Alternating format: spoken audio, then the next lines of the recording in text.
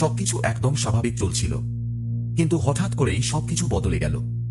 জেসের চাচা দৌড়ে এসে হাঁপাতে হাঁপাতে বলল, জেস, বড় সমস্যা হয়ে গেছে। জল আলো ক্যান তোর দোফকে তুলে নিয়ে গেছে। এই কথা শোনার পর কয়েক সেকেন্ডের জন্য জেস একদম চুপ হয়ে গেল।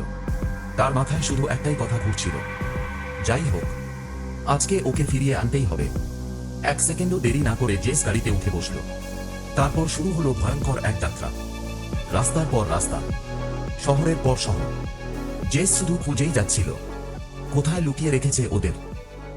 সময় যত যাচ্ছিল ততই রাত বাড়ছিল, আর ততই বাড়ছিল ভয়।